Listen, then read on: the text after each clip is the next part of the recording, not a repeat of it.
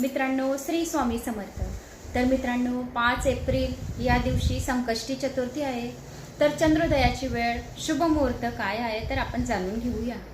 5 April 2026 रविवारी या दिवशी रात्री चंद्रोदयाची वेळ 9:26 तर 10:45 पर्यंत शुभ चंद्रोदयाची वेळ आहे। तर या वेळेवर आपल्याला भगवान श्री गणेशाची आराधना करायची आहे, चंद्राला अर्घ्य द्यायचं आहे। ओम भालचंद्राय नमः असा जप करत करत आपल्याला दुधाने अर्घ्य द्यायचं आहे आणि गणपती बाप्पाला म्हणजे चंद्राजवळ आपण जी पूजा करू तेथेच आपल्याला आपल्या मनातल्या इच्छा बोलायच्या आहे आणि सांगायचं आहे की हे चंद्रदेवता, आमचा चंद्रबल जो आहे तर तो चांगला मजबूत कर। जर आपला चंद्रबल जर मजबूत राहिला तर निगेटिव्ह विचार जे आहेत तर ते आपल्या मनात येत नाही। चंद्रबल जर आपला मजबूत राहिला तर कोणत्याही कार्यामध्ये आपल्याला अडथळे येत नाही आणि यशस्वी होतो। म्हणून आपला चंद्रबल मजबूत पाहिजे, याच्याने आपल्या घरात धन धान्य आणि भरभराटी राहते। म्हणून या दिवशी आपल्याला अजून एक मंत्राचा जप करायचा आहे। तर या दिवशी आपण ओम श्री गजाननाय नमः, ओम भालचंद्राय नमः या मंत्राचा सुद्धा आपण 108 वेळा जप करू शकता।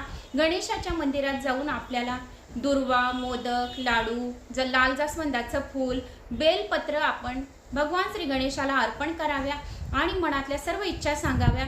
याच्याने सर्व संकटांचा नाश होतो, कोणत्याही कार्यात आपल्याला अडथळा येत नाही। या दिवशी आपण ओम ऋणहर्ताय नमः या मंत्राचा जप करू शकता। ज्यांच्यावर खूप काही कर्ज झालेलं असेल तर त्यांनी या मंत्राचा जप करावा आणि गणेशाच्या मंदिरात जाऊन ज्या मुला मुलींचे लग्न जुळत नाही आहे तेथे 21 दुर्वाची जोड अर्पण करावी आणि आपल्या मुलांचे नाव घ्यायचे, गोत्र जे आहे तुमचं त्याचं नाव घ्यायचं आणि सांगायचं की आमच्या मुलांचे लग्न जुळू दे, कोणत्याही कार्यात लग्नाचा अडथळा देऊ नको। नोकरी, व्यापार, प्रमोशन कोणत्याही कामासाठी आपल्याला संकष्टी चतुर्थी या दिवशी गणपती बाप्पाची आराधना, गणपती अथर्व शीर्ष, गणपती संकटनाशनम स्तोत्र, गणेश पुराणाचा महिमांचं वर्णन जर केलं तर गणपती बाप्पांचा आपल्यावर आशीर्वाद राहतो। 21 नावांचा सुद्धा आपण या दिवशी जप करावा। तर 21 नाव सुमुख, एकदंत, कपिल, गजकर्ण, लंबोदर, विकट, विघ्न विनाशक, विनायक, धूम्रकेतू, भालचंद्र, गणाध्यक्ष, गजानन, गणंजय, गणपती, हेरंब, धरणीधर, महागणपती, यक्ष, वरद, श्रीप्रसादन, अमोघ सिद्धी, अमित, मंत्र, चिंतामणी, विधी, सुमंगल, बीज, आशापूरक, वरद, शिव, कश्यपनंद, वाच सिद्धी, दोंडी विनायक अशा प्रकारे आपण 21 नावांचा जप करावा। 21 दुर्वा बाप्पाला अर्पण करावे आणि गुळाचा नैवेद्य द्यावा। आवडल्यास